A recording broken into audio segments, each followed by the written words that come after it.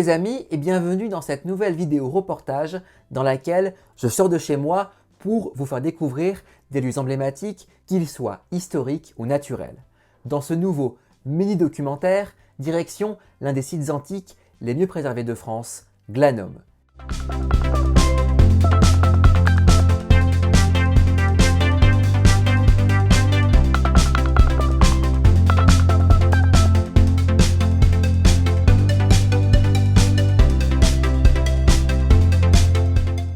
Situé au pied du massif des Alpilles, dans la commune de Saint-Rémy-de-Provence, dans le département des Bouches-du-Rhône, en Provence-Alpes-Côte d'Azur, le site de Glanum fut occupé pendant une grande partie de l'Antiquité et connut trois grandes civilisations, celle des Gaulois, celle des Grecs et celle des Romains.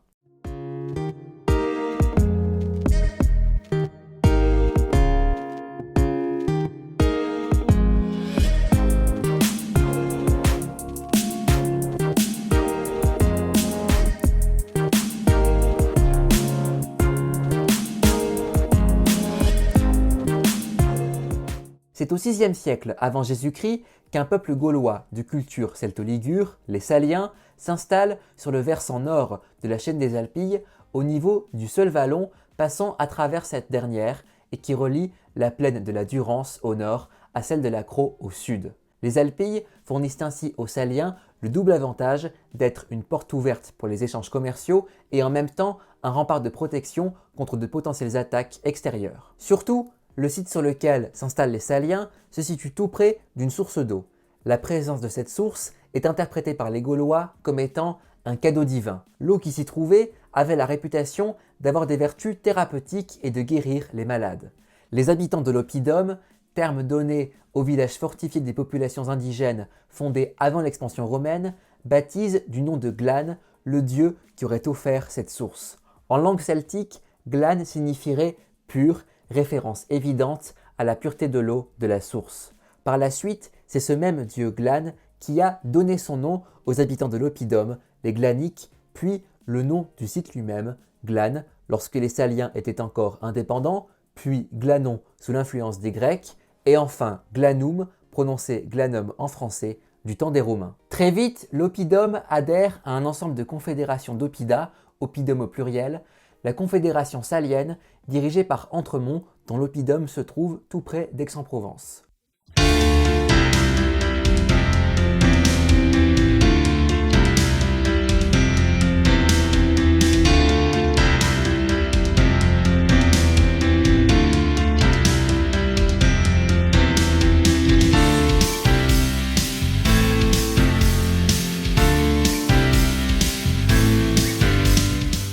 Au cours des siècles suivant sa fondation, Glanum entre progressivement en relation avec la civilisation de la Grèce antique, plus précisément avec la cité de Massalia, l'actuelle Marseille, fondée par des colons grecs en 600 avant Jésus-Christ, qui, en accueillant toujours plus de colons, en exploitant les ressources de son territoire et en développant son réseau commercial, étend son influence bien au-delà du littoral et noue des contacts avec les populations des régions avoisinantes, notamment celle de Glanum, qui, d'Oppidum gaulois, devient une véritable cité hellénistique et le creuset d'une culture originale, la culture gallo-grecque. Ce drôle de mélange est d'autant plus facilité par le fort rayonnement dont bénéficie l'hellénisme, nom donné à la culture grecque antique auprès des Saliens. Sans surprise, c'est sur le plan architectural que l'influence grecque se fit le plus sentir, avec la construction de bâtiments publics et privés qui couvrirent l'ensemble de la cité qui s'étendit alors au-delà des remparts construits à l'époque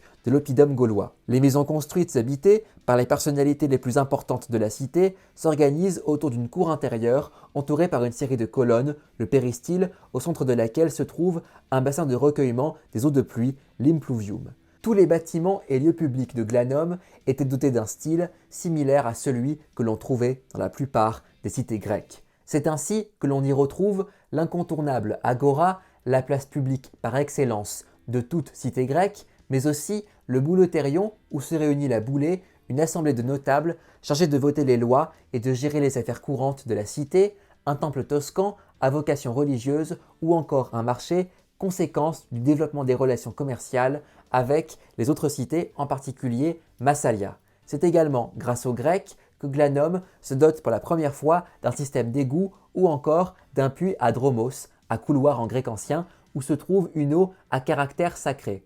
Surtout, c'est à l'époque hellénistique qu'est construit un monument visant à protéger l'eau du sanctuaire guérisseur incarné par le dieu Glan. C'est au IIe siècle avant notre ère que Glanum connaît son premier âge d'or. La ville s'est enrichie grâce au commerce avec Massalia et sa notoriété, acquise avec la source d'eau guérisseuse, s'étend bien au-delà du territoire des Saliens. C'est d'ailleurs à partir de cette époque qu'elle émet des pièces d'argent à son nom. Mais c'est également au IIe siècle avant Jésus-Christ que les relations entre les Gaulois et les Grecs se dégradent. Incapables de résister seuls, les Grecs font appel aux Romains qui soumettent les peuples celtes et celto-ligures du sud de la Gaule, dont les Saliens, puis fondent la province de la Gaule transalpine, renommée plus tard Gaule narbonnaise en 121 avant notre ère.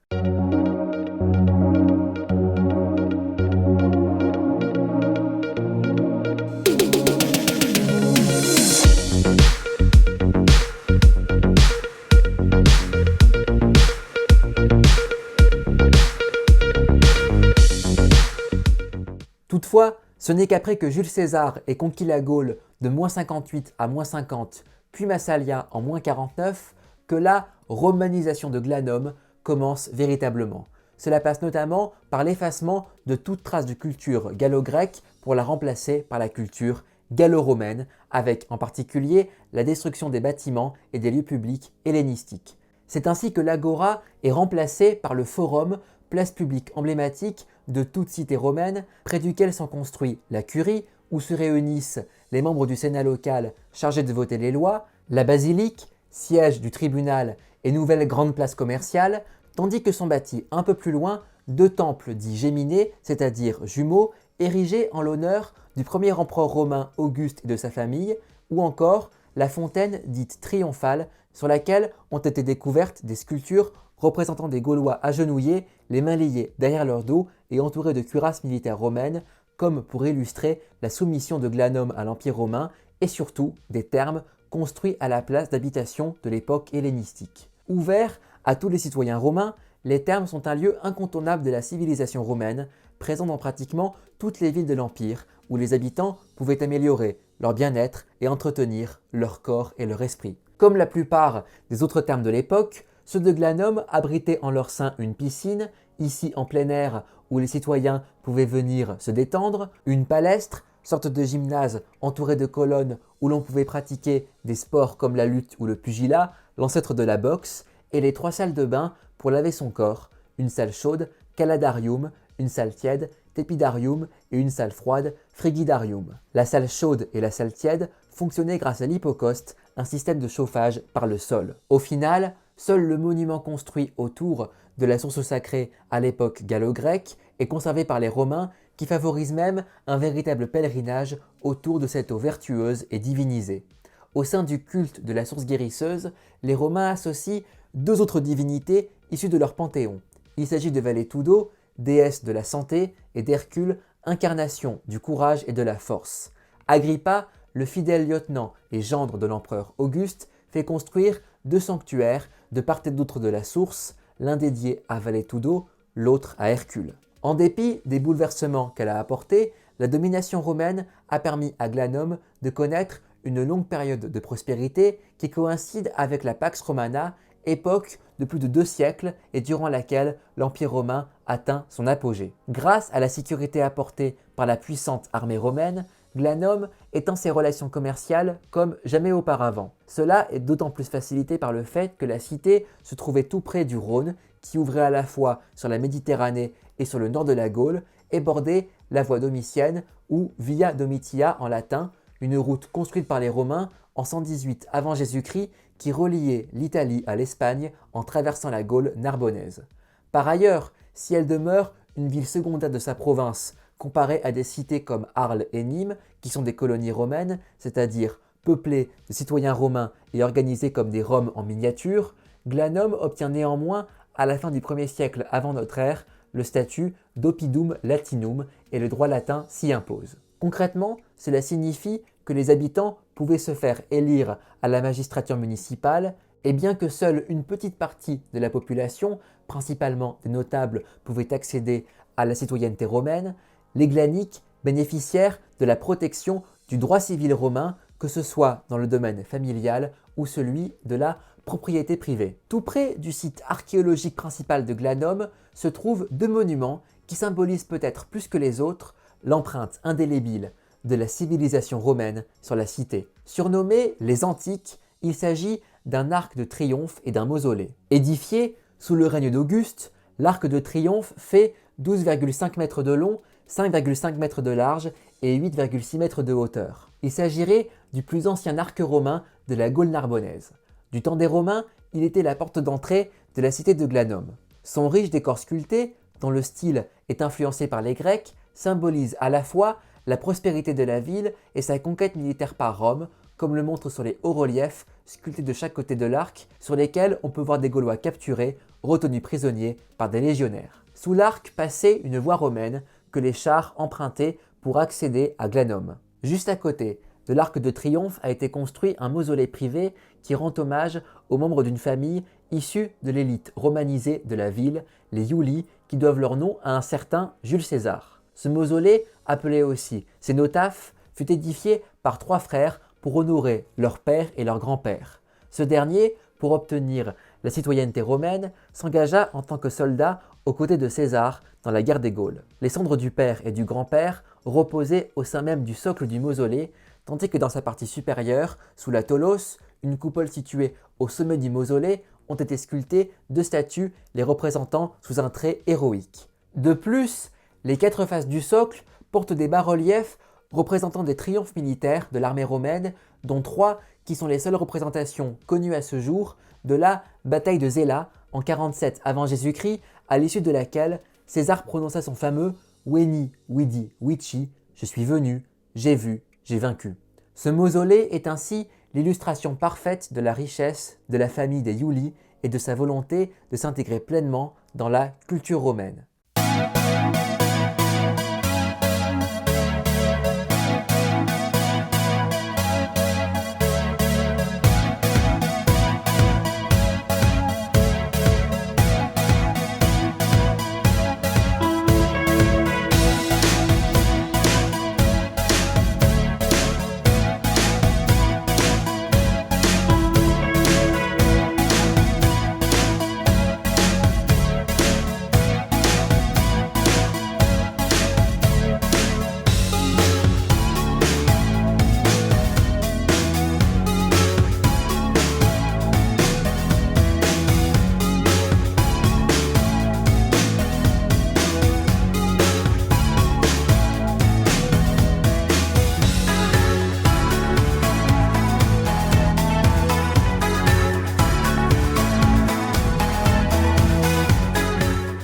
Mais au IIIe siècle après Jésus-Christ, alors que l'Empire romain s'enfonce dans une série de crises majeures, Glanum, en tant que cité habitée, connaît une fin brutale et tragique.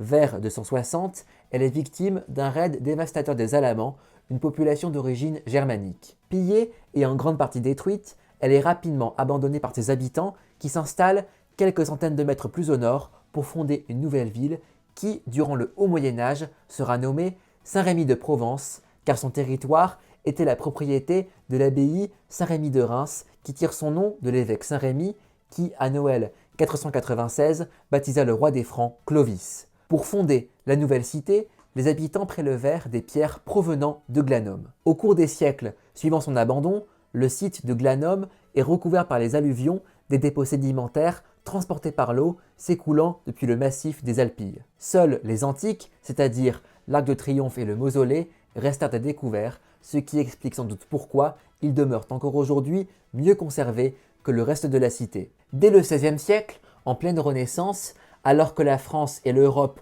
se passionnent pour l'Antiquité, le site de Glanum suscite l'intérêt de nombreux érudits de l'époque et est mentionné par plusieurs auteurs, dont Nostradamus, originaire de Saint-Rémy de Provence, qui l'évoque dans un texte datant de 1555. Mais ce n'est qu'avec les fouilles archéologiques de 1921, puis celles qui durèrent de 1941 à 1969, que Glanum se révéla au grand jour. Régulièrement, de nouvelles campagnes de fouilles et de restauration se déroulent et permettent de sortir de terre d'autres quartiers de la ville, ainsi que leurs nombreux artefacts, et surtout de préserver le site. Classé monument historique depuis près d'un siècle, Glanum, avec plus de 80 000 visiteurs par an, est l'une des attractions touristiques les plus populaires de la région des Alpilles. D'une superficie de 2 hectares, la surface ouverte aux touristes du site se divise en 3 grandes parties. Un quartier résidentiel, le centre abritant les principaux monuments et la zone abritant la source sacrée. Située à l'écart de la cité, les Antiques sont séparées du reste de Glanum par la route départementale numéro 5 qui mène à Saint-Rémy-de-Provence. Encore aujourd'hui, Glanum conserve les traces de la présence romaine, mais aussi grecque et même gauloise. Cela est particulièrement visible dans la façon dont chacune de ces civilisations assemblait les pierres des bâtiments qui se superposaient fréquemment les uns sur les autres. Ainsi, les Gaulois avaient pour habitude d'utiliser des pierres non taillées et de les assembler avec seulement de la terre. De leur côté, les Grecs construisaient leurs bâtiments avec de grands blocs de pierre taillés et les appareillaient à joint vif, c'est-à-dire sans mortier, tandis que les Romains utilisaient des petites pierres taillées, les moellons, qu'ils assemblaient avec du ciment qu'ils ont inventé. En plus du site archéologique lui-même, se trouve un musée qui abrite une reconstitution en 3D de la cité, ainsi qu'une maquette, plusieurs artefacts découverts lors des fouilles archéologiques et une librairie riche de documents permettant d'approfondir le sujet.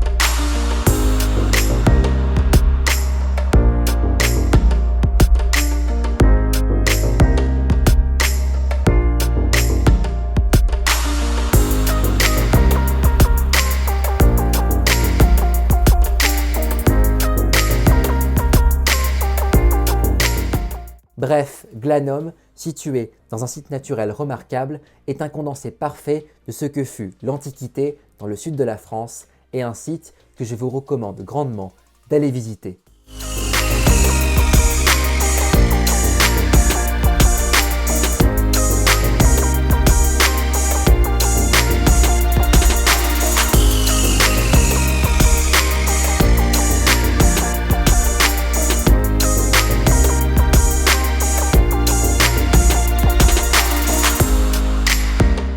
Et c'est donc la fin de ce mini-documentaire.